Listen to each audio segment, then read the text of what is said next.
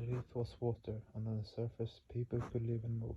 As the dead bodies accumulated, the fatty portion of the carcasses was converted into mineral oil under climatic pressures and pressures created in the Earth's surface.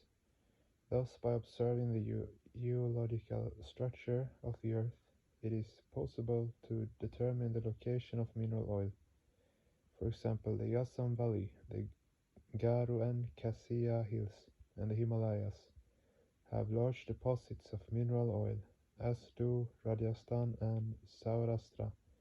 It takes a few tens of millions of years for animal fat to be converted into mineral oil.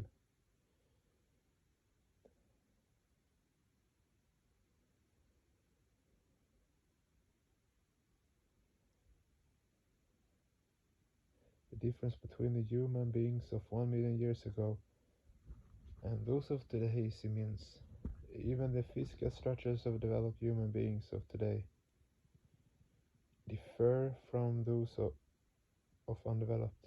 The human structure also gradually changes in pace with human progress. All the ectoplasmic cells, and nerve fibers of human beings are changing. The glands, plexi are also changing. Pratyam yanam shtitaste sarvato mukha. Behind every sambuddhi, Paramapurusha exists. Suppose you are sitting somewhere, thinking about filing a case against your uncle. No one can know your internal thoughts, but Paramapurusha knows. Or suppose your boss has arrived. You give him a proper reception and verbally request him to stay there 3 or 4 days. But internally you are thinking, the sooner this calamity is over, the better. Hence you are maintaining a duality between the internality and externality. Paramapurusha certainly knows your dual role. He exists behind every object, in every existence. For each and every sambuddhi, he has created a witnessing counterpart, so it is not possible for you to keep anything secret. He has vigilant eyes everywhere. He is equally present in both animate and inanimate objects. We can say allegorically that he is associated with every object of creation through his 5 faces and 3 eyes. The 3 eyes represent the past, present and future. It is physically impossible for anyone to have 5 faces, yet Shiva is called Pancha Shana, 5-faced God. So what are those 5 faces? Shiva has 1 face in front, flanked by 2 faces on the right and 2 on the left. The face on the extreme right is called Dakshineshwara. This face conveys the message, listen to me, this will be good for you. You should behave in this way. Follow me, please follow this path. Don't indulge in improper deeds, but follow the path of morality and pious deeds. Dakshineshwara guides people with sweet, polite language. Even though he tells one not to do certain things, it is still pleasant. The face on the extreme left is called Vamadeva. It speaks with a thunderous voice. You worthless chap, why did you do such a thing? I will punish you severely. Thereafter it punishes the wrongdoer with a stick. Don't take me lightly. Your bones will learn what is proper and what is improper. This Vamadeva is the exact opposite of Dakshineshwara. The face next to Dakshineshwara is called Ishana. It says, look my child, follow this path. If you follow any other path, it will bring you only sorrow. Don't make such a mistake. Prakriti will never pardon you. The result will be disastrous. Ishana clearly states the consequences of misdeeds and gives a few pieces of advice. You may experience Paramapurusha either in the form of Dakshineshwara or in that of Ishana. And on the left, the face next to Vamadeva is called Kalagni. Kalagni says, severe punishment is awaiting you. Your bones will be broken. Stupid, what nonsense are you doing? In this way, Kalagni scolds and threatens to punish, although it does not actually carry it out. Kalagni tries to rectify wrongdoers by creating fear in them, not by actional punishment.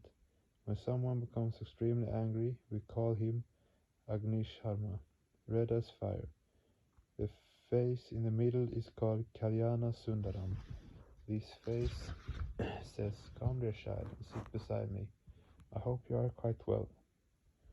This is the role of Kalyana Sundaram. Thus human beings want only Kalyana Sundaram. With these 5 faces, the Supreme Entity is watching the movement of each and every human being. He takes steps according to the particular situation.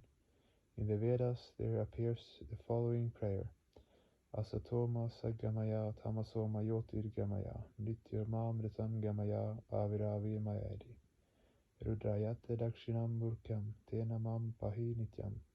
O Lord, take me from this ever-changing world to immortality. Lead me from darkness to light, from the world of death to the world of immortality, from the world of despondency to the world of joy. And O Lord, come and manifest yourself in me. O Rudra, with your Dakshineshwara face on the extreme right, protect me always. Make me vigilant, so that I will never make any omission or mistake, and you will never have occasion to scold me. So this is his Srishti Lila, play of creation. His Sambhuti, behind each of his Sambhutis there is a particular wave of energy coming from him. No one is neglected. Sama Plushina, Sama Mashakena, Sama Nagena, Sama Ebi Stri Bir Lokai. Parama Purusha looks upon a white ant, a mosquito, a mighty mammoth, and the 3 worlds with impartiality. Sama Plushina.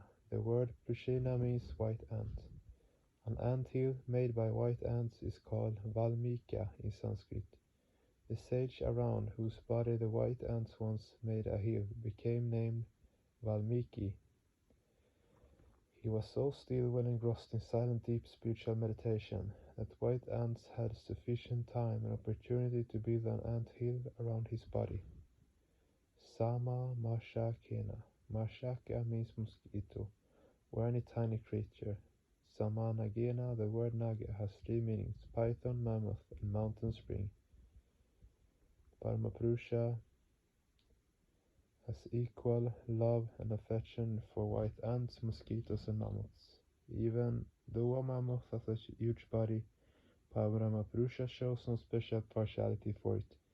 He is as concerned about a tiny mosquito as he is about the entire universe, all of this vast universe, along with the so-called heaven and the so-called hell. This world of mortals is so complex and vast. Paramapurusha does not devote any extra time to it, nor does he devote any extra time to the tiny ant. Behind every Sambhuti there functions a particular force assigned by Paramapurusha. According to scriptures, this force is called Deva. Deva means a special manifestation of divine power, a special effulgence radiated from Paramapurusha. Thus no entity should be hated, and none is insignificant. Dyotate kridate yasma dudyate dyotate divi, tasma deva iti proktaha stuyate sarva devate. Yagyavalkya. The vibrational manifestations emanating from the Supreme Nucleus are known as Devatas, and these Devatas address the Supreme Nucleus as Deva. He with his powers vibrates the entire universe, makes the entire universe dance, and he by dint of his occult and super-occult powers brings everything back onto his lap. Sarva Dyota Natmaka Akanda Shida Ekarasa. Shankara. Supreme consciousness exists in the form of an unbroken flow of cognition, the supreme source of all kinds of emanative vibrations. The collectivation of all vibrations constitutes this universe. The existence and progress of this universe depends on the clash and cohesion of these vibrations. This process brings about some kind of disequilibrium in the Sambhutis at a certain stage. That is, the imbalance in collective life becomes something that cannot be corrected by any one Sambhuti. Let us suppose 5,000 million people live in a particular place. Each of them is a Sambhuti of Paramapurusha. Suppose that with the passage of time, a change in the time factor, they lose their vitality. They become involved in internecine battles, and pessimism strikes deep in their hearts. and creates disillusion and disappointment. This pessimism in collective life cannot be solved by one particular Sambhuti. It requires the appearance of a special structure through which the Supreme Entity can fully express himself. This special manifestation is called Mahasambhuti, Great Sambhuti.